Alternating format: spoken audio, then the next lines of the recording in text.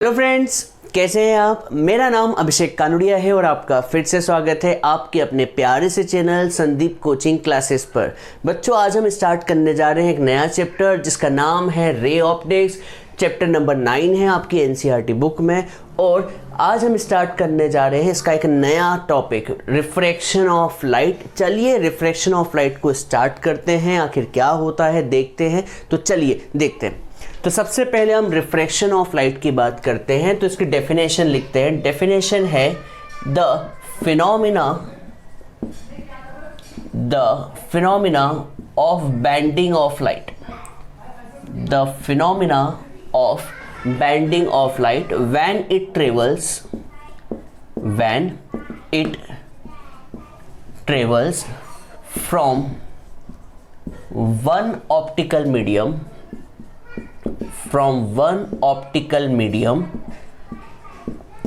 to another optical medium. Sir ये क्या लिखा है, थोड़ा सा डिटेल में समझाइए। मैं समझाता हूँ बच्चों क्या होता है। रिफ्रैक्शन का मतलब ये होता है कि जब भी लाइट किसी एक मीडियम से किसी दूसरे मीडियम में जाती है तो वो अपना रास्ता चेंज कर लेती है। इसी फिनोमिना को हम क्या कहते हैं, रिफ्रैक्शन ऑफ लाइट।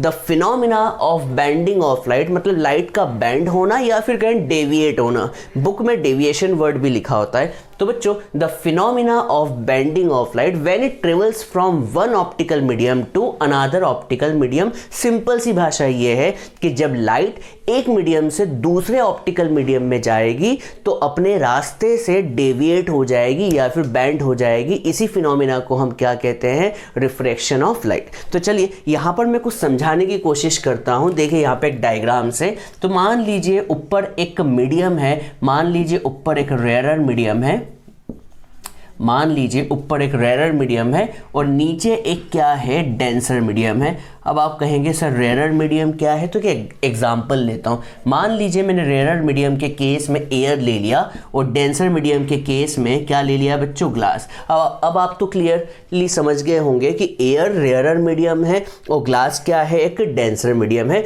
और ये जो है रेयरर मीडियम और डेंसर मीडियम के बीच की इंटरफेस है। क्या है बच्चों, ये इंटरफेस है। मतलब इंटरफेस का मतलब ये है कि ऊपर पूरी जगह एयर होगी और नीचे पूरी जगह पर ग्लास होगा। पर ये एक ऐसा इंटरफेस है जहां पर एयर और ग्लास की सरफेस क्या कर रही होगी, टच कर रही होगी, एक दूसरे को कांटेक्ट कर रही होगी। तो यहाँ पर देखिए, मान लीजिए एक सोर्स है जो कि किस जगह रखा हुआ है, तो सोर्स जो है रेयरर मीडियम में रखा हुआ है।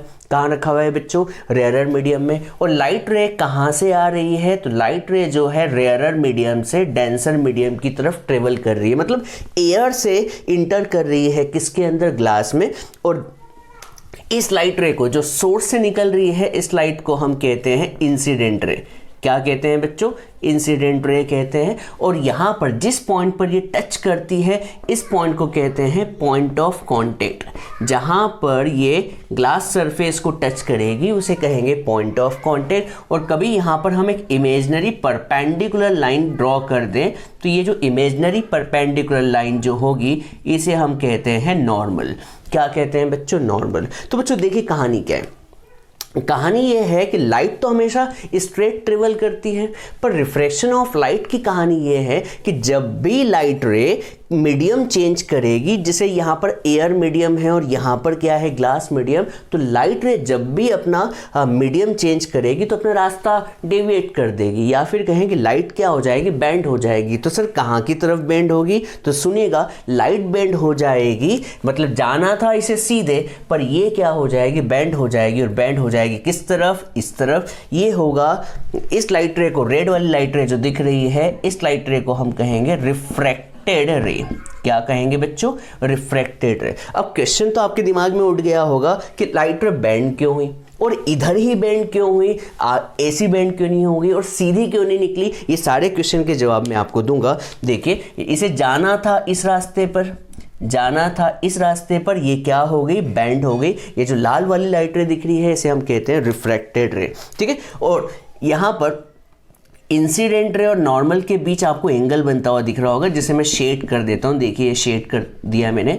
इस एंगल को कहते हैं एंगल ऑफ इंसिडेंस। और यहाँ पर नॉर्मल और रिफ्रैक्टेड लाइट रे के बीच भी कुछ एंगल बनते हुए दिख रहा है, इसे हम कहते हैं एंगल ऑफ रिफ्रैक्शन। ठीक है, यहाँ पर केस 1 क्या था, जब लाइट रे रेयर से किस में जा रही थी, डेंसर मीडियम में। एक केस ये भी तो हो सकता है प्यारे बच्चों, केस ये भी हो सकता है क्या कि मान लीजिए ऊपर जो है डेंसर मीडियम है। कौन सा मीडियम है बच्चों, डेंसर मीडियम है। मान लीजिए डेंसर की जगह हम यहाँ पर एग्जाम्पल के तौर पर ग्लास लिख दें, और नीचे जो है एक रेयर मीडियम है जिसे मैं एग्जाम्पल के लिए एयर लिख दूँ। और इस बार सोर्स जो है वो कहाँ पर रखा हुआ है, लाइट का सोर्स कहाँ पर रखा हुआ है, डेंसर मीडियम में। तो लाइट रे कहाँ से निकल रही है, तो आप कहेंगे कि लाइट रे इस बार ट्रेवल कर रही है कहाँ से, denser medium to rarer medium की तरफ। इस लाइट रे को, जैसा कि मैंने बताया है, इस लाइट रे को हम कहेंगे इंसिडेंट रे, इस लाइट रे को हम कहेंगे इंसिडेंट रे। और जहां पर ये टच कर रही है इंटरफेस को, इसे हम कहते हैं पॉइंट ऑफ कांटेक्ट। और कभी यहां से जहां पर ये पॉइंट टच कर रही है, इस पर कभी आप एक इमेजिनरी लाइन ड्रॉ करें, तो इस इमेजिनरी लाइन को हम क्या कहते हैं, नॉर्मल। क्या कहते हैं प्यारे बच्चों, नॉर्मल कहते हैं। ठीक है, तो यहां पर कभी हम बात करें तो ये जो एंगल होगा, इस एंगल को कहते हैं एंगल ऑफ इंसिडेंस। क्या कहते हैं, एंगल ऑफ इंसिडेंस। अब कहानी सुनिए क्या है, जब लाइट रे डेंसर टू रेयर मीडियम जाएगी तो वापस बेंड होगी। सर क्यों होगी, क्यों का जवाब मैं बाद में दूंगा, पर अभी ये बात चल रही है कि बेंड होती है। तो लाइट रे जो है डेंसर से रेयर मीडियम में जाएगी तो फिर से बेंड होगी। सर क्यों होगी, इसलिए होगी क्योंकि लाइट रे, रिफ्रैक्शन ऑफ लाइट कहती है कि जब भी मीडियम चेंज होगा तो लाइट रे बेंड होगी। क्या होगी, लाइट रे बेंड होगी। इसे जाना कैसा चाहिए था, तो ब्लैक वाली लाइट रे, ये देखिए इसका ओरिजिनल पाथ ये था। पर जब लाइट रे डेंसर से रेयर मीडियम में जाएगी तो ये बेंड हो जाएगी किस तरफ बच्चों, अवे फ्रॉम द नॉर्मल। कहाँ की तरफ बेंड हुई, अवे फ्रॉम द नॉर्मल। ये वाला लाइट रे जो है, इस लाइट रे को हम क्या कहते हैं, रिफ्रैक्टेड रे। क्या कहेंगे बच्चों, रिफ्रैक्टेड रे। ये वाला एंगल आई है, दिख रहा होगा आपको, और ये जो एंगल है, एंगल जो है, इस एंगल को कहते हैं एंगल ऑफ रिफ्रैक्शन। आप बता सकते हैं किस केस में एंगल आई बड़ा है और किस केस में आर बड़ा है, आप बता सकते हैं। तो आप डायग्राम को देख के बताएंगे तो आपको पता चलेगा कि यहाँ पे आई बड़ा है और आर छोटा हो गया है। और कभी आप इस केस में देखें तो देखिए यहाँ पे आई छोटा है और आर बड़ा है। ठीक है, तो यहाँ पर आपको ये पता होना चाहिए रिफ्रैक्शन ऑफ लाइट होता क्या है। रिफ्रैक्शन ऑफ लाइट का मतलब होता है लाइट रे जब भी एक ऑप्टिकल मीडियम से दूसरे ऑप्टिकल मीडियम में जाएगी तो वो क्या हो जाएगी, बैंड हो जाएगी। देखिए आपको बैंड होती हुई दिख रही है, यहाँ पर लाइट रे क्या हो रही है, बैंड हो रही है। तो यहाँ पर दो केस अराइज हो रहे हैं कि जब लाइट रे रेयर से डेंसर में जाए या लाइट रे डेंसर से रेयर में जाए। बच्चों याद रखिएगा, जब लाइट रे रेयर मीडियम से डेंसर में जाएगी तो it bands towards the normal. कहाँ की तरफ बेंड हो जाएगी, नॉर्मल की तरफ। और जब लाइट रे डेंसर से रेयर की तरफ जाएगी तो it bands away from the normal. अब क्वेश्चन आपके मन में जो उठा है उसका जवाब देते हैं, रिफ्रैक्शन ऑफ लाइट का रीजन क्या है। तो बच्चों यहाँ पर हम टॉपिक ही डाल देते हैं, reason for refraction of light. Question तो उठ रहा होगा कि रीजन क्या है रिफ्रैक्शन ऑफ लाइट का, तो यहां पर मैं हेडिंग डाल देता हूं। अब जो आपको कहानी ये बताना चाह रहा हूं बच्चों, लाइट की स्पीड आपको पता होनी चाहिए। लाइट की स्पीड जो होती है एयर में, लाइट की स्पीड जो होती है एयर या फिर वैक्यूम में होती है 3 × 10⁸ मीटर पर सेकेंड। ये किसकी स्पीड है, ये है स्पीड ऑफ लाइट। ये आपको पहले से भी पता होगा, पर आपको ये जान के आश्चर्य होगा कि ये स्पीड हर जगह सेम नहीं होती है। मतलब एयर कहें या फिर वैक्यूम कहें, इसमें लाइट की स्पीड होती है 3 × 10⁸ मीटर पर सेकेंड। पर मान लीजिए लाइट कभी ग्लास में ट्रेवल की या फिर कभी किसी और मीडियम में ट्रेवल की, चाहे केरोसिन हो या फिर पेट्रोल ले लें या फिर वाटर ले लें, सॉल्टी वाटर ले लें, तो यहाँ पर मीडियम चेंज हो रहा है। और जैसे ही मीडियम चेंज होगा तो लाइट की स्पीड कम होने लगेगी। क्या होने लगेगी, कम होने लगेगी। हम एग्जैक्ट वैल्यू भी निकाल सकते हैं, उसके लिए आगे पढ़ेंगे। पर आपको ये बताना चाह रहा हूँ मैं कि लाइट की स्पीड फिक्स नहीं है। लाइट की स्पीड सिर्फ एयर और वैक्यूम में फिक्स है, पर कभी मीडियम चेंज हुआ तो लाइट की स्पीड क्या हो जाएगी, कम हो जाएगी। चेंज भी होगी और कम भी हो जाएगी। सही है, तो यहाँ पर यही फिनोमेना है। जब लाइट रे रेयरर से डेंसर में गई, रेयरर से कहाँ गई बच्चों, डेंसर में गई, मतलब यहाँ पर डेंसिटी बढ़ रही है मीडियम की, तो जैसे ही डेंसिटी बढ़ी तो लाइट की स्पीड कम हो गई, और लाइट की स्पीड कम हो गई तो यहाँ पर ये जो आपको बेंडिंग दिख रही है उसका एंगल भी क्या हो गया, कम हो गया। देखिए यहाँ पर एंगल कम क्यों हुआ, इसके पीछे रीजन यही है कि लाइट की स्पीड क्या हो गई, कम हो गई। यहाँ पे लाइट की स्पीड क्या हो गई, कम हो गई। और सर यहाँ पर देखिए, यहाँ पर ग्लास है, ग्लास में अभी मैंने कहा कि डेंसर मीडियम में लाइट की स्पीड कम होती है, और जैसे ही यहाँ पर ये एयर में ट्रेवल की तो लाइट की स्पीड क्या होने लगी, बढ़ने लगी। और लाइट की स्पीड बढ़ना मतलब क्या, एंगल का बढ़ना। क्या बढ़ना बच्चों, एंगल का बढ़ना। तो यहाँ पर reason for refraction of light क्या होगा कि भैया speed of light is 3 × 10⁸ metre per second in air/vacuum. When light changes, when light travels in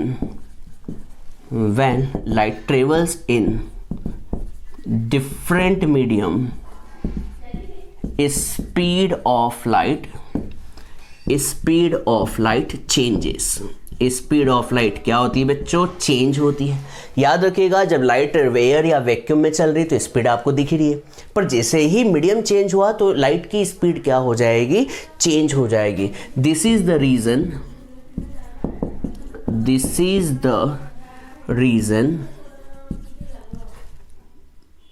reason light changes या light deviates from its path। ठीक है बच्चों, लाइट डेविएट क्यों होती है अपने रास्ते से, क्योंकि लाइट की स्पीड क्या हो जाती है, चेंज हो जाती है। याद रखिएगा, लाइट की स्पीड कम हो रही है इसलिए एंगल कम हो रहा है, लाइट की स्पीड बढ़ रही है इसलिए एंगल क्या हो रहा है, बढ़ रहा है। और लाइट की स्पीड बढ़ती किस में, रेयरर मीडियम में बढ़ती है। ये बात दिमाग में बिठा लीजिए।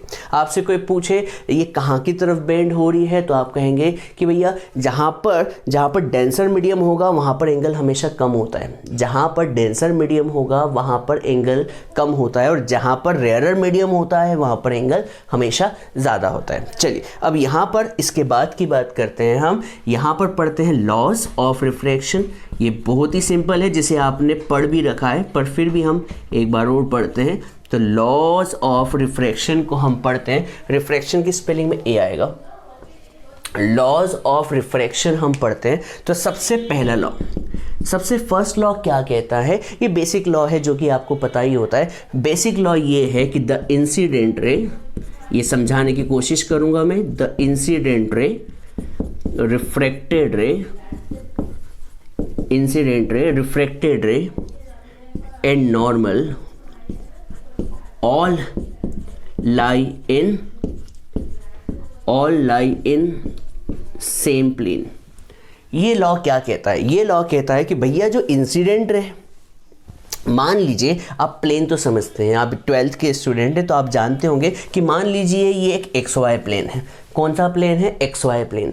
ये एक बोर्ड एक तरह का प्लेन है। तो लाइट कभी incident light ray XY plane में है तो रिफ्रैक्टेड रे भी कौन से प्लेन में होगी, XY प्लेन में होगी। मतलब रिफ्रैक्टेड रे जो है वो किसी और प्लेन में नहीं जा सकती, YZ प्लेन में या ZX प्लेन में नहीं जा सकती। या फिर कहें कि ये जो नॉर्मल है, नॉर्मल सब के सब कहाँ होंगे, इसी प्लेन में, इसी बोर्ड पर होंगे। तो ये लॉ ये कहता है कि incident ray, refracted ray and normal all lie in same plane. तो ये फर्स्ट लॉ तो पहले से ही आपको पता था, कोई नई बात तो नहीं है। पर सेकंड लॉ जो है थोड़ा सा आश्चर्य भरा है बच्चों। दूसरा लॉ ये कहता है क्या I और R इक्वल है, तो आप कहेंगे नहीं सर, I और R, यहाँ पर I जो है बड़ा है और R छोटा है, और यहाँ पर I जो है छोटा है और R बड़ा है। क्या I और R इक्वल हो सकते हैं? तो आप कहेंगे सर I और R इक्वल तभी हो सकते हैं जब ये वाला एंगल और ये वाला एंगल इक्वल हो, और ये एंगल तभी इक्वल हो सकता है जब लाइट रे ऊपर भी एयर मीडियम में ट्रेवल कर रही हो और नीचे भी एयर मीडियम में, और कभी मीडियम ही चेंज नहीं हो रहा है तो रिफ्रैक्शन तो होगा ही नहीं। तो यहाँ पर हमेशा I और R क्या होंगे, अलग अलग ही होंगे। या तो I बड़ा होगा या तो R बड़ा होगा। यहाँ पर R देखिए छोटा है और यहाँ पे R बड़ा है। तो लॉज ऑफ रिफ्रैक्शन क्या कहता है कि I और R कभी इक्वल नहीं होंगे। I और R कभी इक्वल नहीं होंगे, हमेशा डिफरेंट होंगे। तो यहाँ पर सेकेंड लॉ जो है किसने दिया है? सेकेंड लॉ जो है एक फिजिसिस्ट है जिसने दिया है, जिसका नाम है स्नेल्स। तो उसने एक लॉ दिया है जो कि लॉज ऑफ रिफ्रैक्शन का लॉ है, स्नेल्स लॉ। तो स्नेल्स लॉ क्या कहता है? The ratio of sine of incident, sine of angle of incidence, sine of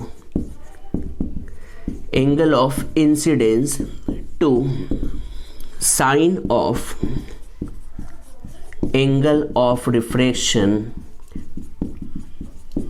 is always, sir ये क्या है मैं बताऊंगा सब कुछ, इज ऑलवेज कांस्टेंट। मतलब कहने का मतलब ये है, ये लॉ कहता है कि जो भैया sine of angle of incidence है, मतलब साइन थीटा तो नाम सुना होगा, साइन थीटा कॉस थीटा, तो ये sine of angle of incidence to the sine of angle of refraction का रेशियो जो है, देखिए यहाँ पे ये लिखा है the ratio of sine of angle of incidence to the sine of angle of refraction हमेशा हमेशा क्या होगा? कांस्टेंट होगा।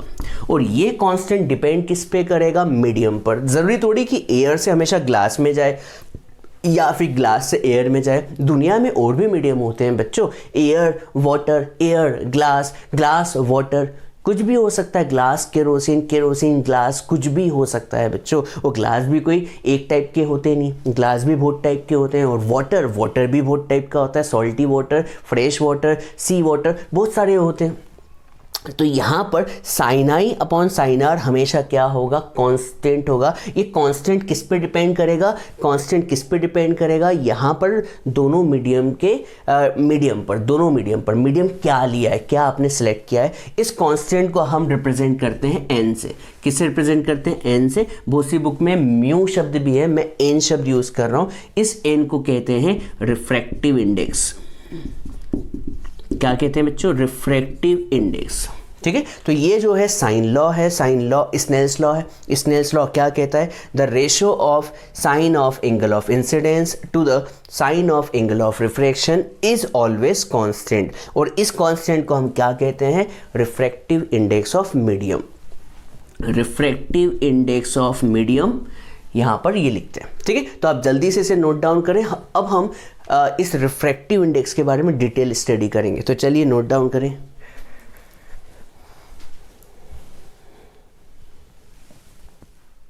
चलिए बच्चों, अब हम रिफ्रैक्टिव इंडेक्स क्या होता है इसके बारे में पढ़ते हैं। तो बच्चों रिफ्रैक्टिव इंडेक्स के टाइप से शुरू करते हैं, क्योंकि रिफ्रैक्टिव इंडेक्स को समझने के लिए इसके टाइप को ही समझना होगा। तो रिफ्रैक्टिव इंडेक्स जो होते हैं दो टाइप के होते हैं। फर्स्ट होता है एब्सोल्यूट, फर्स्ट होता है एब्सोल्यूट रिफ्रैक्टिव इंडेक्स, और दूसरा जो होता है वो होता है रिलेटिव रिफ्रैक्टिव इंडेक्स। ये दो टाइप के रिफ्रैक्टिव इंडेक्स होते हैं। अब ये होता क्या है मैं इसको डिटेल में समझाने की कोशिश कर रहा हूँ। उम्मीद कीजिए बच्चों कि आपको समझ आ जाए। तो यहाँ पर मैं एब्सोल्यूट रिफ्रैक्टिव इंडेक्स हेडिंग डालता हूँ। तो फर्स्ट टॉपिक जो है वो है एब्सोल्यूट रिफ्रैक्टिव इंडेक्स। अब ये क्या होता है? तो एब्सोल्यूट रिफ्रैक्टिव इंडेक्स को हम यहाँ पर n से डिनोट करते हैं, और इसका फॉर्मूला जो होता है वो होता है speed of light in air slash vacuum divide by speed of light in medium. ठीक है, तो अब मैं धीरे से समझाता हूँ, समझाने की कोशिश करता हूँ। बच्चों हम टॉपिक पढ़ रहे हैं रिफ्रैक्शन ऑफ लाइट। क्या पढ़ रहे हैं बच्चों? Refraction of light. और रिफ्रैक्शन ऑफ लाइट में लाइट जो होगी ट्रेवल करेगी। कहाँ से कहाँ ट्रेवल करेगी? हो सकता है लाइट जो है एयर से किसी मीडियम में ट्रेवल करे, वो मीडियम ग्लास भी हो सकता है। ये जो मीडियम होगा, ये ऊपर तो मीडियम एयर है, और नीचे जो मीडियम है वो क्या हो सकता है सर? ग्लास हो सकता है, वाटर हो सकता है, और कुछ भी हो सकता है। तो जब भी लाइट की स्पीड को हम क्या कर रहे हैं? कंपेयर कर रहे हैं किसके साथ? क्योंकि हमें पता है स्पीड ऑफ लाइट होती है 3 × 10⁸ मीटर पर सेकेंड। और हमें ये नहीं पता कि भैया ग्लास में स्पीड क्या होती है, क्योंकि ग्लास कोई फिक्स चीज़ नहीं होती है। आप जानते हैं वाटर भी बहुत टाइप के होते हैं, तो स्पीड ऑफ लाइट इन्हीं मीडियम पे डिपेंड करती है। तो एब्सोल्यूट रिफ्रैक्टिव इंडेक्स का मतलब ये होता है कि हम लाइट की स्पीड को किसी भी मीडियम में कंपेयर करते हैं, किससे? Speed of light in air / vacuum से। तो इसका फॉर्मूला जो होगा स्पीड ऑफ लाइट को हम c से डिनोट करते हैं, ये यूनिवर्सल सिंबल है स्पीड ऑफ लाइट का c। और यहाँ पर मैं speed of light in medium को एक काम कर देता हूँ, v लिख देता हूँ, और यहाँ पे नीचे लिख देता हूँ, क्या लिख देता हूँ बच्चों? मीडियम। तो यहाँ पर हम इसे रिप्रेजेंट कैसे करते हैं? रिप्रेजेंट करते हैं speed refractive index of light of medium with respect to air. ये इसका मतलब होता है। क्या मतलब होता है बच्चों? Refractive index of medium with respect to air. मतलब हम ये जानना चाहते हैं इस फॉर्मूले से कि लाइट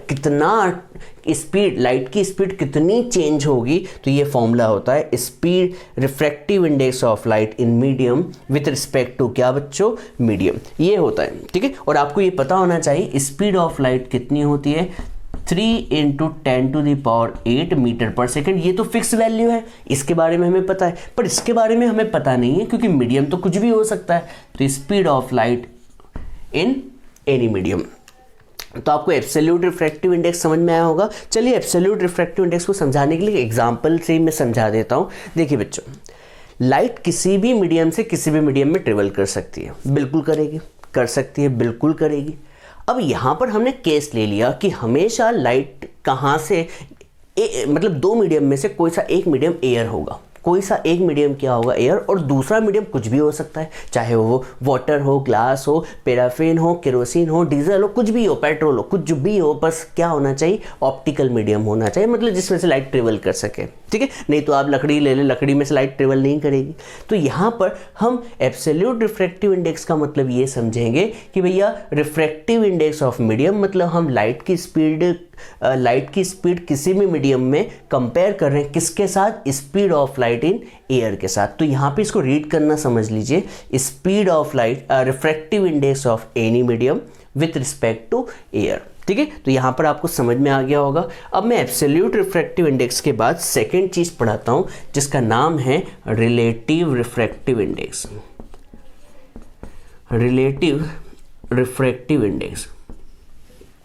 अब बच्चों, रिलेटिव रिफ्रैक्टिव इंडेक्स का मतलब ये होता है कि आप स्पीड ऑफ लाइट को कंपेयर कर रहे हैं, स्पीड ऑफ लाइट को कंपेयर कर रहे हैं, और किसके साथ? किन्हीं भी दो मीडियम के साथ। मतलब यहां पर एक मीडियम एयर होना कंपलसरी था, पर यहां पर एक मीडियम, दोनों मीडियम कुछ भी हो सकते हैं, जैसे वाटर ग्लास हो सकता है, ग्लास डायमंड हो सकता है, वाटर डायमंड हो सकता है, कुछ भी हो सकता है। तो यहां पर एक मीडियम हमेशा एयर होना कंपलसरी था, और यहां पर दोनों मीडियम क्या हो सकते हैं? कुछ भी हो सकते हैं। तो रिलेटिव रिफ्रैक्टिव इंडेक्स में दोनों मीडियम कुछ भी हो सकते हैं। तो रिलेटिव रिफ्रैक्टिव इंडेक्स का फॉर्मूला पहले लिखने का रिप्रेजेंटेशन देख ले। तो रिफ्रैक्टिव इंडेक्स ऑफ मीडियम 2, ये 2 मीडियम कुछ भी हो सकता है, और विथ रिस्पेक्ट टू क्या होता है? मीडियम 1। तो फॉर्मूला इसका होगा refractive index of medium 2 divide by refractive, ये रिफ्रैक्टिव इंडेक्स कौन से वाले होंगे बच्चों? एब्सोल्यूट। तो absolute refractive index of medium 1, मतलब यहां पर हम स्पीड ऑफ लाइट को कंपेयर कर रहे हैं किन्हीं भी दो मीडियम के बीच। तो इसका फॉर्मूला होगा refractive index of medium 2 divide by refractive index of medium 1। तो यहां पर लिखेंगे कैसे? रिफ्रैक्टिव इंडेक्स ऑफ मीडियम 2, और ये एब्सोल्यूट है, तो ऊपर कंपैरिजन किससे होगा बच्चों? एयर से। किससे होगा बच्चों? एयर से। और रिफ्रैक्टिव इंडेक्स ऑफ मीडियम 1 है, तो इसका भी कंपैरिजन किससे होगा बच्चों? एयर से। यहाँ पर मैं एक फॉर्मूला बनाने की कोशिश करता हूँ, आप बता सकते हैं एब्सोल्यूट रिफ्रैक्टिव इंडेक्स का फॉर्मूला क्या होता है? तो आप कहेंगे सर मुझे याद है speed of light in air divide by speed of light in medium. तो मीडियम कौन सा है? 2 है। और यहाँ पर refractive index of medium 1 with respect to air, तो इसका फॉर्मूला क्या था, speed of light in air divide by speed of light in medium 1। तो C से C क्या हुआ बच्चों, कैंसिल हुआ, तो V1 कहाँ चल जाएगा, सबसे ऊपर चल जाएगा। ठीक है बच्चों, तो यहाँ से रिलेटिव रिफ्रैक्टिव इंडेक्स का फॉर्मूला यहाँ पर हमने कंपेयर कर दिया। तो क्या फॉर्मूला होता है बच्चों, 1n2 का मतलब refractive index of medium 2 with respect to medium 1। तो यहाँ पर आएगा फॉर्मूला V1 अपॉन में V2। इससे कंपेरिजन निकाल के दिखाता हूँ मैं। कंपेरिजन ये है, कभी यहाँ पर समझ लीजिए, एक फॉर्मूला लिख देता हूं कि refractive index is inversely proportional to V। इसका मतलब ये है कि कभी स्पीड ज़्यादा है, कभी स्पीड क्या है बच्चों, ज़्यादा है। इसका मतलब ये है कि रिफ्रैक्टिव इंडेक्स क्या होगा बच्चों, कम होगा, रिफ्रैक्टिव इंडेक्स कम होगा। याद रखिएगा, कभी रिफ्रैक्टिव इंडेक्स ज़्यादा हुआ, इसका मतलब स्पीड ऑफ लाइट उस मीडियम में क्या होने वाली है, कम होने वाली है। क्या होने वाली है बच्चों, कम होने वाली। चलिए मैं एक एग्जांपल देके समझाता हूँ, क्वेश्चन लेके समझाता हूँ। रिफ्रैक्टिव इंडेक्स ऑफ डायमंड, ये एब्सोल्यूट है, और बच्चों एब्सोल्यूट में हम हमेशा कंपैरिजन किसके साथ करते हैं, एयर के साथ। Absolute refractive index of diamond is 2.38, कुछ एग्जैक्टली वैल्यू मुझे याद नहीं है, 2.38 ले लेता हूँ। Absolute refractive index of diamond is 2.38.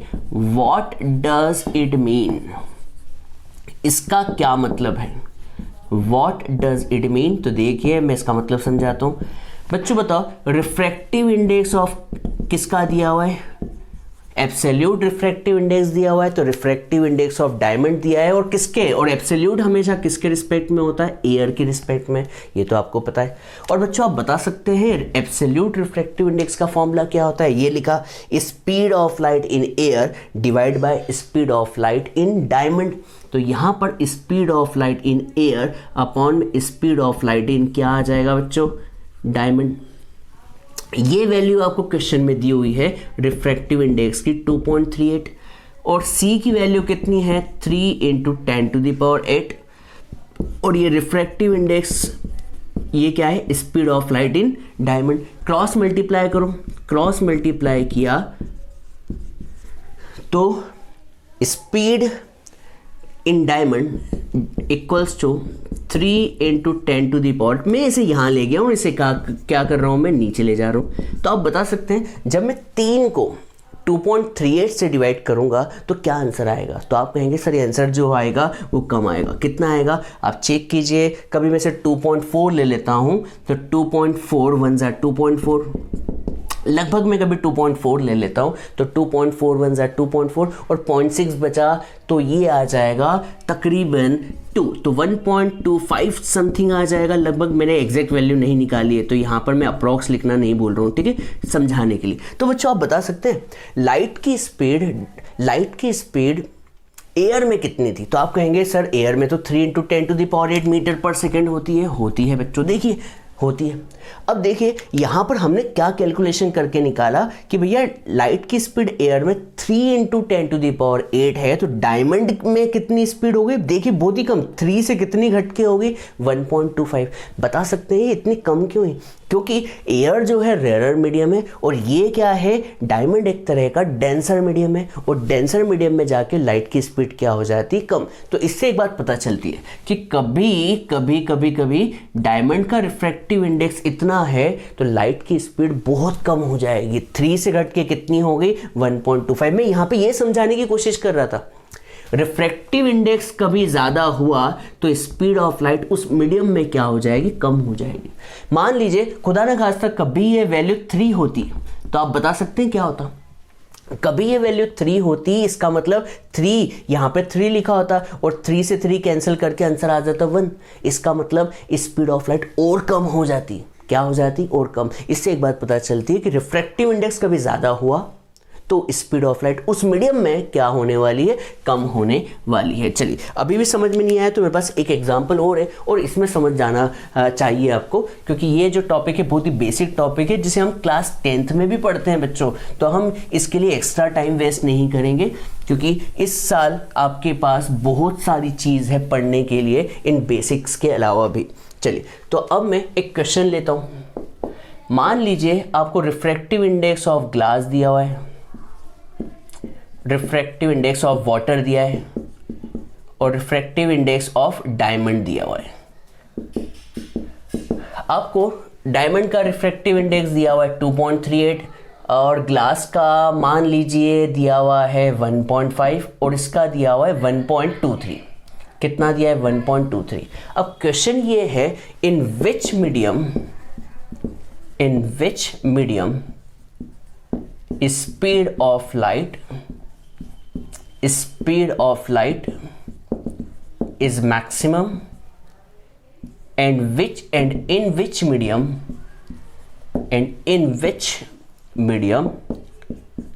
speed of light is minimum है ना, एक बार मैक्सिमम ले लिया एक बार मिनिमम।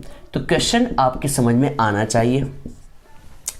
आपको दे रखा है तीन रिफ्रैक्टिव इंडेक्स दिए हुए हैं, एक तो 1.5, एक 1.23 और एक 2.38। आप कभी देखें इन तीनों में सबसे बड़ी वैल्यू ये है और ये वैल्यू जो है क्या है, सबसे कम है। तो अभी मैंने थोड़ी देर पहले कहा था रिफ्रैक्टिव इंडेक्स किसी का कम है, रिफ्रैक्टिव इंडेक्स कम है इसका मतलब उसकी स्पीड क्या है, ज़्यादा है।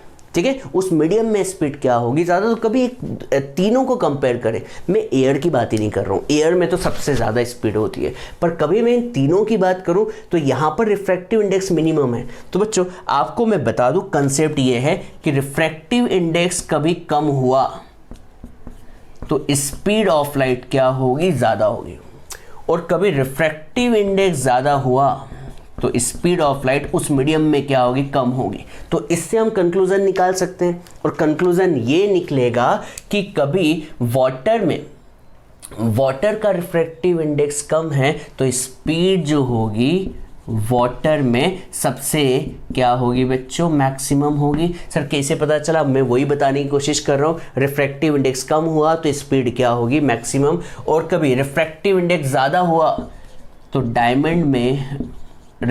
डायमंड में लाइट की स्पीड क्या होगी बच्चों, मिनिमम होगी।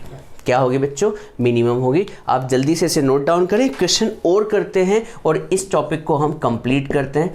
चलिए आपको क्वेश्चन दिया हुआ है absolute refractive index of glass. मान लीजिए आपको रिफ्रैक्टिव इंडेक्स ऑफ ग्लास दिया हुआ है कितना, 3/2, और आपको एब्सोल्यूट रिफ्रैक्टिव इंडेक्स दिया हुआ है किसका, वाटर का। मान लीजिए ये दिया हुआ है 4/3। ठीक है, और आपसे फाइंड करने को पूछा है, फाइंड करने को बोला है कि भैया आपको रिफ्रैक्टिव इंडेक्स ऑफ ग्लास निकालना है विथ रिस्पेक्ट टू वाटर। ठीक है, बहुत ही बेसिक है, जिसे हम 10th क्लास में पढ़ लेते हैं, ये आपको निकालना है। तो कैसे निकालेंगे प्यारे बच्चों, कैसे निकालेंगे? तो बच्चों पहले आपको लिखते आना चाहिए कि आपको करना क्या है। तो देखिए सबसे पहले तो एब्सोल्यूट का मतलब ये होता है कि आप speed of light in glass को कंपेयर कर रहे हैं speed of light in air से। तो इसे लिखते कैसे एब्सोल्यूट को? एब्सोल्यूट को लिखते हैं refractive index of glass with respect to वो एयर। तो यहाँ पर एयर आएगा और इसकी वैल्यू कितनी दी हुई है, 3/2 दी हुई है बच्चों। और ये क्या लिखा है, रिफ्रैक्टिव इंडेक्स ऑफ वाटर। और सर एब्सोल्यूट का मतलब है कि आप कंपैरिजन किससे कर रहे हैं, एयर से। ये वैल्यू कितनी है, दी हुई है 4/3। और निकालना क्या है, तो आपको निकालना है रिफ्रैक्टिव इंडेक्स ऑफ ग्लास। देखिए जिसको निकालना है उसको आगे लिखते हैं, ग्लास विद रिस्पेक्ट टू, किसके रिस्पेक्ट में निकालना है, वाटर, ये निकालना है। ठीक है, तो मैं आपको लिखना सिखाता हूँ। देखिए आपको ये निकालना है रिफ्रैक्टिव इंडेक्स ऑफ ग्लास। तो refractive index of glass with respect to water. ठीक है बच्चों, रिफ्रैक्टिव इंडेक्स ऑफ ग्लास, तो ऊपर क्या आता है रिफ्रैक्टिव इंडेक्स ऑफ ग्लास, और नीचे क्या आएगा विथ रिस्पेक्ट। विथ रिस्पेक्ट, आप मैथ्स के स्टूडेंट है तो आपको डी बाई डी एक्स पता होगा। With respect to x, d by d x, मतलब एक्स का डिफरेंशिएशन, फंक्शन का डिफरेंशिएशन कर रहे हैं विथ रिस्पेक्ट टू एक्स, तो जिसके भी रिस्पेक्ट में होता है वो नीचे आता है। तो refractive index of glass with respect to water, तो यहाँ पर वाटर कहाँ आएगा, नीचे आएगा। चलिए अब इसकी वैल्यू बताएं, ग्लास की वैल्यू कितनी है रिफ्रैक्टिव इंडेक्स की 3/2, और वाटर की कितनी है, तो आप कहेंगे सर 4/3। सॉल्व करें तो 3/2 और ये 4/3 ऊपर चल जाएगा तो 3/4, तो आंसर आ जाएगा 9/8। क्या होगा बच्चों, 9/8। ठीक है, तो आपको ये कैलकुलेशन समझ में आए होंगे। अब देखिए ज़रूरी नहीं कि हमेशा लाइट एयर से ग्लास में जाए, ज़रूरी तो नहीं है कि लाइट हमेशा एयर से वाटर में जाए, हो सकता है लाइट रे वाटर से ग्लास में जाए। जैसे फिश पॉट की बात करें, जैसे कभी मान लीजिए फिश पॉट है, तो फिश पॉट किस में रखी होती है, तो आप कहेंगे ग्लास में रखी होती है, और ग्लास के अंदर क्या भरा होता है, पानी भरा होता है, और माना कि आसपास क्या होता है, एयर होती है। पर अभी फ़िलहाल मैंने क्या किया, मैंने फिश पॉट के जस्ट बाहर से टॉर्च लगा दी, तो लाइट कहाँ से जाएगी, सबसे पहले ग्लास से इंटर होते हुए पानी में जाएगी, ग्लास से होती हुई किस में जाएगी, पानी में। तब हमें रिफ्रैक्टिव इंडेक्स की ज़रूरत होती है कि भैया लाइट कितना बेंड होगी, कितना बेंड होगी, उसकी स्पीड ऑफ लाइट कितनी चेंज होगी। तो बच्चों आपको रिफ्रैक्टिव इंडेक्स का फंडा समझ में आया होगा। जल्दी से इसे नोट डाउन कर ले बच्चों, आपने इसका स्क्रीनशॉट ले लें या फिर स्क्रीन को पॉज करके लिख लीजिए। ठीक है बच्चों, चलिए अब हम आगे बढ़ते हैं। और एक नए टॉपिक की तरफ चलते हैं जिसे आपने क्लास 10th में नहीं पढ़ा था। अभी तक के टॉपिक को आपने क्लास 10th में पढ़ा था, अब हम क्लास 12th की बात करते हैं जो कि बिल्कुल नई है। चलिए तो स्टार्ट करते हैं बच्चों, आपने इसे लिख लिया होगा। तो टॉपिक का नाम डालते हैं, टॉपिक का नाम है principle of reversibility of light. Principle of reversibility of light, ये क्या भला है देखिएगा, इसको समझाने की मैं कोशिश करता हूँ। Principle of reversibility of light आखिर होता क्या है। तो सबसे पहले मैं यहाँ पर एक क्या बना रहा हूँ, यहाँ पर एक इंटरफेस बना देता हूँ।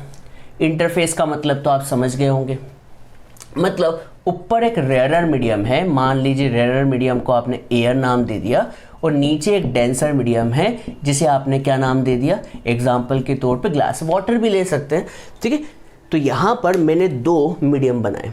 अब देखिए यहाँ पर एक सोर्स ऑफ लाइट है, यहाँ पर क्या है, सोर्स ऑफ लाइट है। तो यहाँ से लाइट रे ट्रेवल हुई, तो इस लाइट रे को हम क्या कहेंगे, तो आप कहेंगे सर ए बी तो इंसिडेंट रे, ए बी जो है वो क्या है बच्चों, इंसिडेंट रे।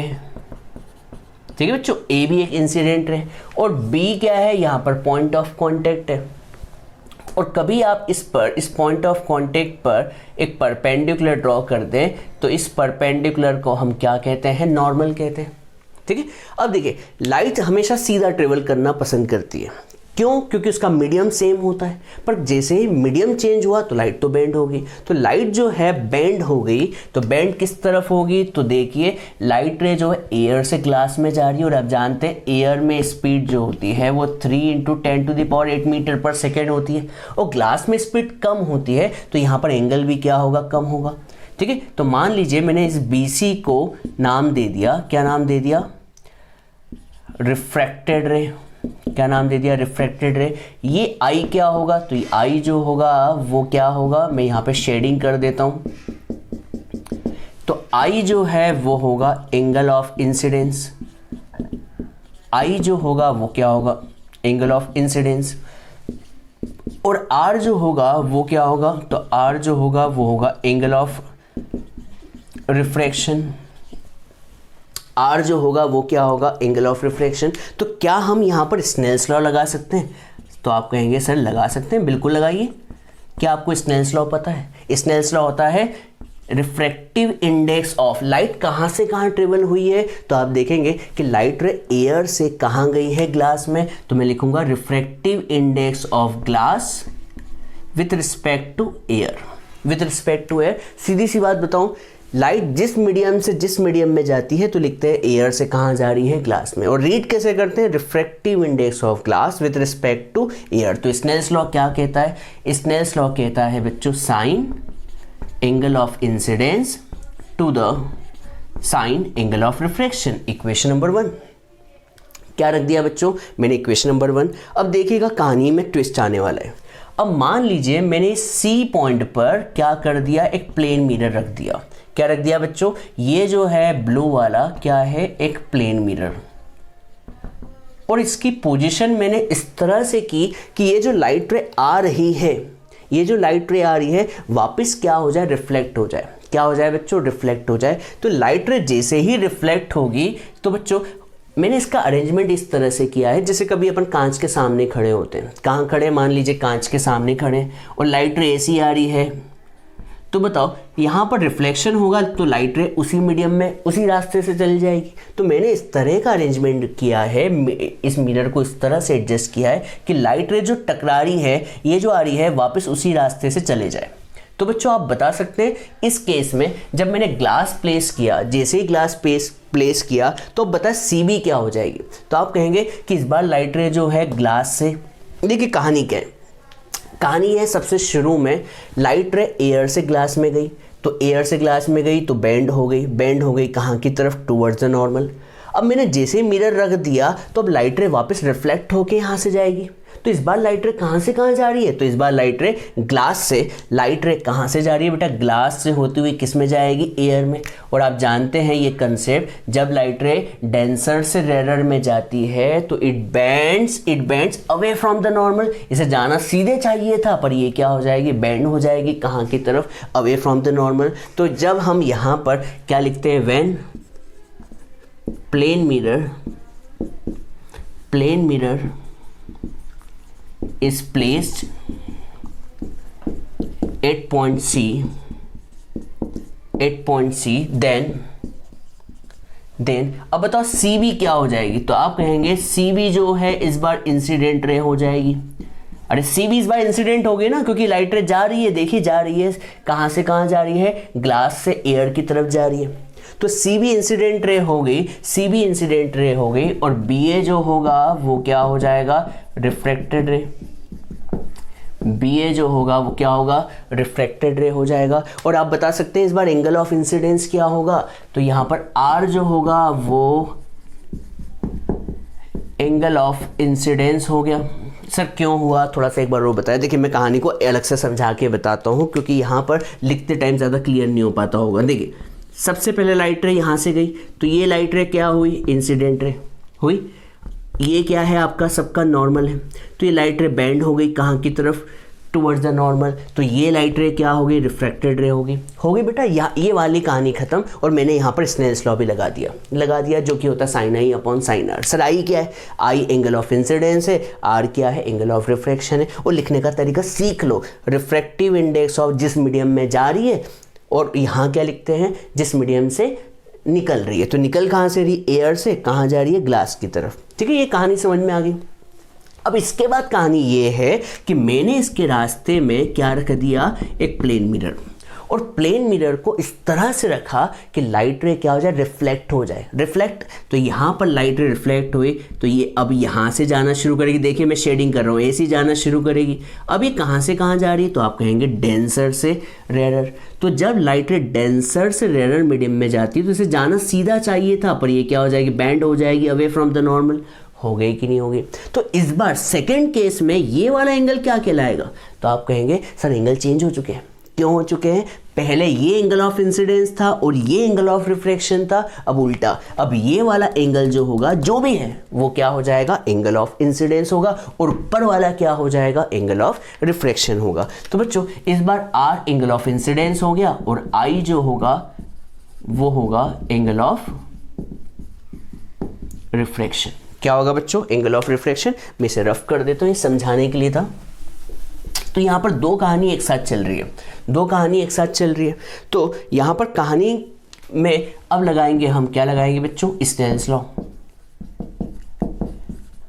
स्नेल्स लॉ बता सकते हैं क्या होता है, तो आप कहेंगे सर ये होता है साइन, आप बता सकते हैं ये क्या होगा? तो आप कहेंगे कि सर मुझे लॉ याद है, it is the ratio of, क्या होता है बच्चों? It is the ratio of sine of angle of incidence. अब इस बार बताओ एंगल ऑफ इंसिडेंस कौन है? आर है, तो यहां पर क्या आ जाएगा? Sine R. Sir sine I upon sine R होता है बच्चों, पर हम उसको रिप्रेजेंट करते हैं आई और आर से। पर इस बार आई की वैल्यू आर हो चुकी है ना, इस बार आई ना रहा, क्या हो गया? आर हो गया। तो यहां पर लिखेंगे sine r divide by sine I.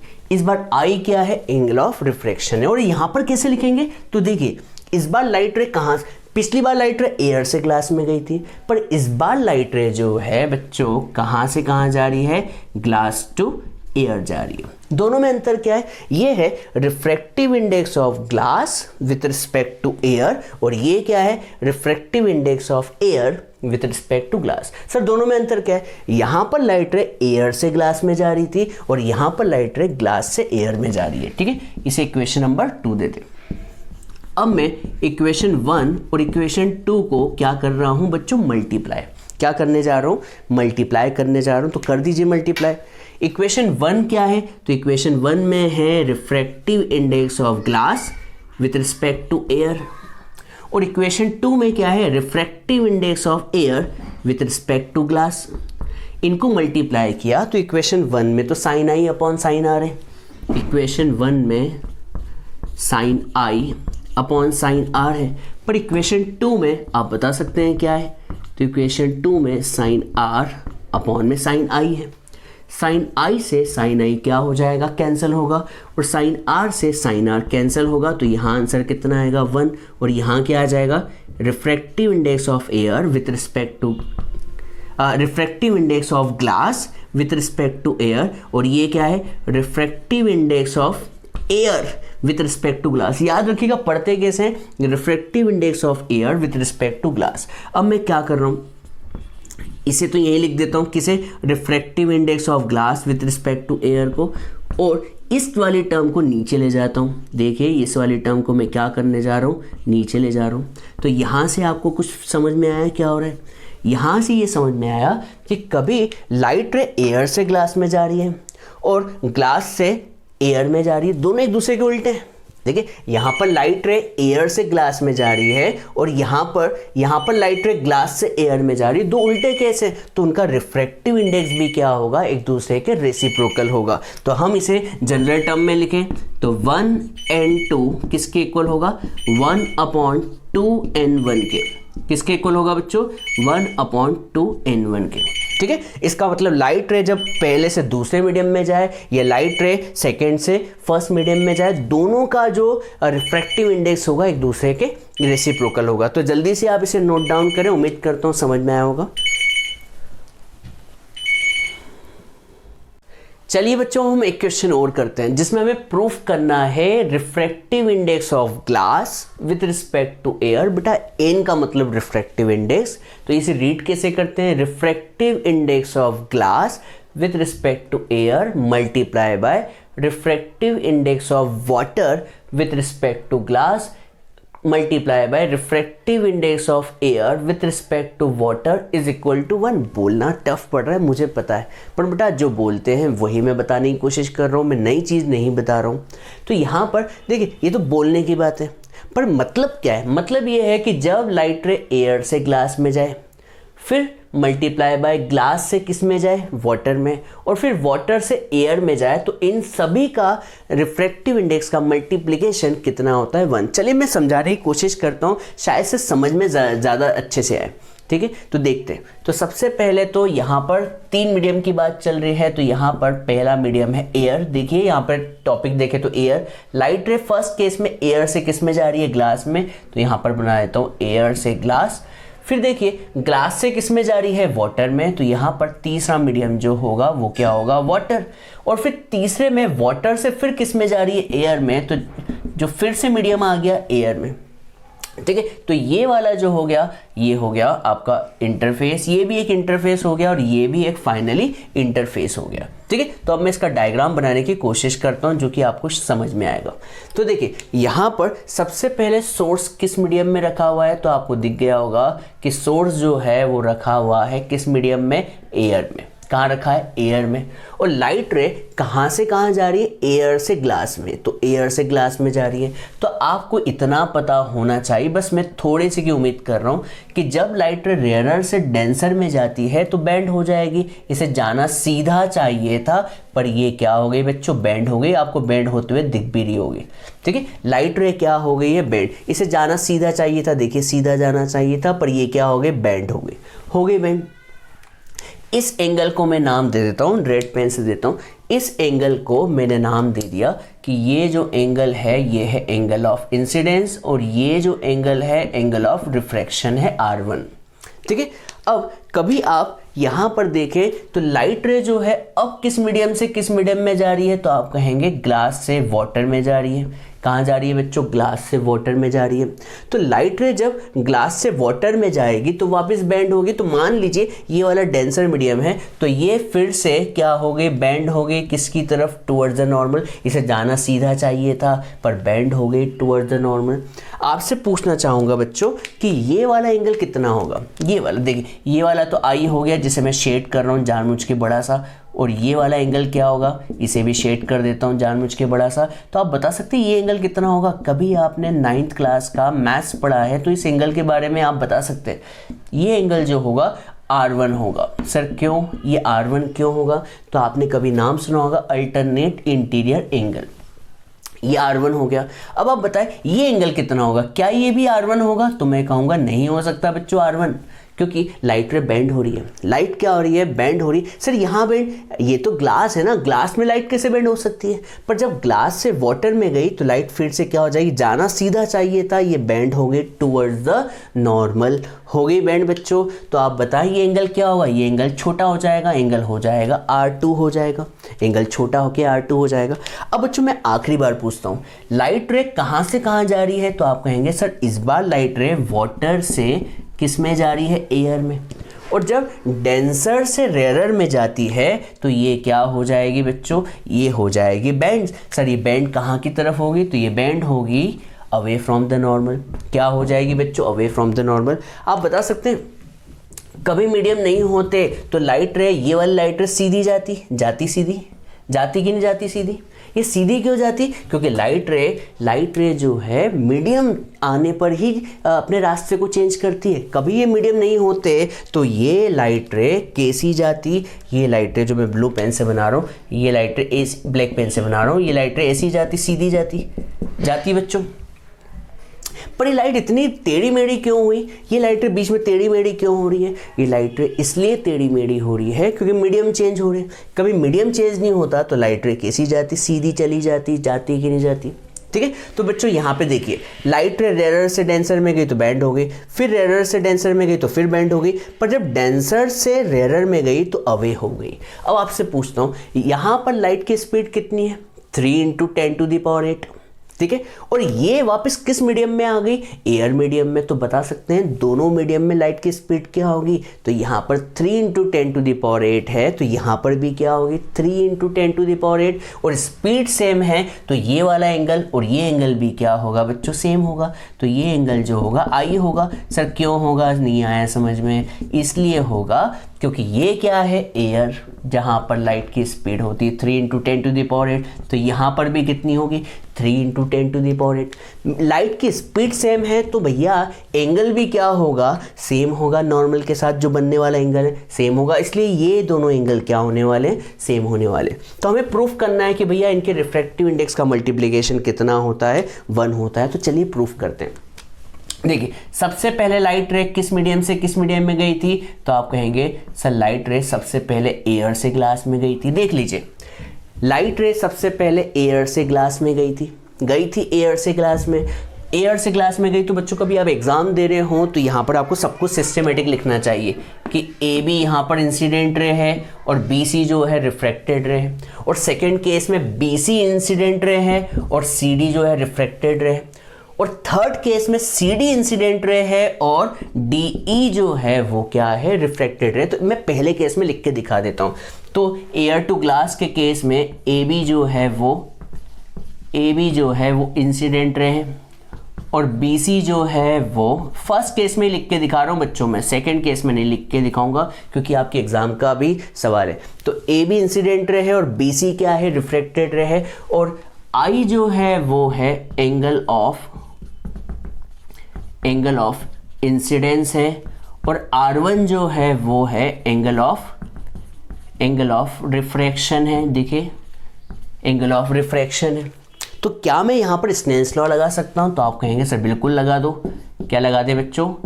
Snell's law. Sir Snell's law क्या कहता है? स्नेल्स लॉ कहता है रिफ्रैक्टिव इंडेक्स। सर बोलिए मत, बोल के तो थक गए हो आप, और समझ के भी थक गए। तो लिखते कैसे हैं? रिफ्रैक्टिव इंडेक्स लिख लिया। और लाइट रे कहाँ से कहाँ जा रही है? तो आप कहेंगे एयर से ग्लास में। तो यहाँ क्या लिखते हैं? एयर से कहाँ जा रही है? ग्लास में। और फॉर्मूला होता है साइन I अपॉन में साइन R, और इसमें R जो है वो कितना है? R1 है। इसे इक्वेशन नंबर क्या दे दिया? 1 दे दिया। एयर टू ग्लास समझ में आ गया होगा। अब सेकंड केस में लाइट रे कहाँ से कहाँ जा रही है? तो आप कहेंगे लाइट रे ग्लास से वाटर में जा रही है। ये पूरा लिख लीजिएगा। अब देखिए, अब सारी कंडीशन चेंज हो गई। क्यों चेंज हो गई? तो आप कहेंगे कि सर यहाँ पर लाइट रे एयर से ग्लास में जा रही थी, अब लाइट रे ग्लास से वाटर में जा रही है। तो इस बार इंसिडेंट रे क्या होगा? BC होगा, और रिफ्रैक्टेड रे क्या होगी? CD होगी। एंगल ऑफ इंसिडेंस जो होगा वो R1 होगा, और एंगल ऑफ रिफ्रैक्शन जो होगा वो R2 होगा। कहानी पूरी समझ में आ गई? ये वाली लाइन पूरी की पूरी लिख लीजिएगा। तो मैं तो सीधे से लगाता हूँ जल्दी में स्नेल्स लॉ। और स्नेल्स लॉ क्या होता है बेटा? Refractive index equals to sine angle of incidence to the sine angle of refraction. आप बता सकते हैं एंगल ऑफ इंसिडेंस क्या है? तो आप कहेंगे R1 है। और एंगल ऑफ रिफ्रैक्शन क्या है? तो आप कहेंगे एंगल ऑफ रिफ्रैक्शन जो है वो R2 है। इसे मैं इक्वेशन नंबर 2 दे देता हूँ। और रिफ्रैक्टिव इंडेक्स के आगे पीछे क्या लिखें? तो लाइट रे ग्लास से वाटर में जा रही है, तो कैसे लिखते हैं? ग्लास से जा रही है वाटर में, GNW। ठीक है, तो इसे मैं इक्वेशन नंबर 2 दे देता हूँ।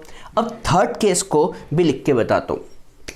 तो थर्ड केस की कभी अपन बात करें तो थर्ड केस में लाइट रे जा रही है कहाँ बच्चों?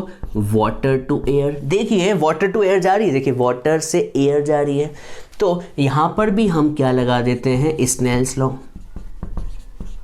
आप बता सकते हैं स्नेल्स लॉ क्या होता है? तो refractive index equals to sine of angle of incidence to the sine of angle of refraction. अब आप बताएं, ये R2 है, तो इस एंगल के बारे में आपका क्या ख्याल है? तो आप कहेंगे सर ये भी R2 होगा, अल्टरनेट इंटीरियर एंगल होने की वजह से। देखिए R2 है, पर ये R2 है तो ये R2 नहीं हो सकता है क्योंकि एंगल चेंज हो चुका है। सर ये R2 सेम क्यों है? सेम इसलिए है क्योंकि मैथ्स की प्रॉपर्टी लग रही है। देखिए ये दोनों ही क्या है? नॉर्मल है, दोनों पैरेलल लाइन है, और पैरेलल लाइन है तो Z जब बनता है तो एंगल ऑफ क्या बनता है? अल्टरनेट इंटीरियर एंगल बनता है। तो ये भी R2 ये भी R2, पर ये दोनों सेम नहीं हो सकते क्योंकि लाइट रे जब मीडियम चेंज करती है तो स्पीड चेंज हो जाती है, इसलिए एंगल भी क्या हो जाता है? चेंज हो जाता है। तो ये R2 है और ये क्या है बच्चों? I है। तो यहाँ पर हम R2 लिखेंगे और यहाँ पर लिखेंगे I। इसे इक्वेशन नंबर क्या दे देंगे? 3 दे देंगे। अब तीनों इक्वेशन को क्या कर देंगे? मल्टीप्लाई। तो equation 1 multiply by equation 2 multiply by equation 3। Equation 1 क्या है? देखिए ANG, और दूसरे में क्या है? GNW, और तीसरे में क्या है? जो लिखना भूल गया मैं, तीसरे में क्या आएगा? W से एयर, मतलब वाटर से एयर, तो क्या आ जाएगा? WNA। और राइट में क्या आएगा? तो राइट में आएगा sine I divide by sine R1 multiply by sine R1 divide by sine R2, और ये वाली टर्म को लिख दे तो ये वाली टर्म क्या है? Sine R2 divide by sine I। बच्चों मैं पूछना चाह रहा हूँ कुछ कैंसिल हो रहा है? तो आप कहेंगे सर बिल्कुल कैंसिल हो रहा है। साइन I से sine I cancel, sine R1 से sign R1 cancel, sign R2 से R2 कैंसिल। सर सभी कैंसिल हो गया, सभी कैंसिल हो गया। तो इक्वल्स टू में कितना आया? 1 आया। और यही आपको प्रूफ करना था। देख लीजिए, air to glass, glass to water, और वाटर टू एयर, इन सब का रिफ्रैक्टिव इंडेक्स का मल्टीप्लाई कितना होता है? 1 होता है। ये देखिए ऐसा बना देता हूँ, WN इन सब का मल्टीप्लाई कितना होता है 1। और इसे सुंदर बनाने के लिए एक काम करते हैं, थोड़ा सा और बना देते हैं। देखिए यहाँ पर मैं लिख देता हूँ GNW को मैंने यहीं लिखा, बस इस वाले टर्म को मैंने यहीं लिखा, और इन दोनों को मैं क्या कर रहा हूँ नीचे ले जाता हूँ, तो क्या हो जाएगा ANG, और ये वाला क्या हो जाएगा WNA। हो गया बच्चों WNA। अब इसको मैं देखिए थोड़ा सा इस जगह लिख देता हूँ, यहाँ जगह अच्छी खासी इसके बाद की, तो यहाँ पर मैं इसके आगे का लिख देता हूँ, तो यहाँ पर GNW। अब देखिए ये क्या लिखा हुआ है, थोड़ा सा इंग्लिश पढ़ के दिखाइए। तो लिखा हुआ है refractive index of glass with respect to air, मतलब ये लिखा हुआ है refractive index of glass with respect to air लिखा हुआ है। पर ये क्या लिखा हुआ है refractive index of air with respect to water. नहीं बच्चों, हमेशा कंपैरिजन किससे होता है एयर से, क्योंकि एयर की स्पीड ज़्यादा होती है। तो ये लिखा गलत है, refractive index of air with respect to water. तो क्या हम इसे लिख सकते हैं, देखिए आपको अभी थोड़ी देर पहले प्रिंसिपल ऑफ रिवर्सिबिलिटी पढ़ाई थी, क्या 1n2 जो होता है 1/2n1 होता है कि नहीं। मतलब कभी आप refractive index of air with respect to water की बात करें तो हम इसे क्या लिख सकते हैं refractive index of water with respect to air. देखिए मैं समझाता हूँ, आप इसे लिख सकते हैं एयर से वाटर इक्वल्स टू वाटर से एयर, लिख सकते हैं कि नहीं बच्चों। Refractive index of water with respect to air, और यहाँ क्या लिखा है refractive index of air with respect to water. मतलब इस टर्म को मैं ये लिख सकता हूँ, मतलब 1/WNA को मैं क्या लिख सकता हूँ ANW, जो कि यहाँ पर है। तो एग्जाम में यहाँ तक भी आपको प्रूफ करने को आ सकता है, या फिर जहाँ पर मैंने ब्रैकेट लगाया है उसे भी प्रूफ करने को आ सकता है। ठीक है बच्चों, तो यहाँ पर आपको ये बात समझ में आनी चाहिए। ठीक है, जल्दी से आप इसे नोट डाउन कर लें। अब हम इसके आगे की तैयारी करते हैं, आगे का पढ़ते हैं। चलिए नोट डाउन करें।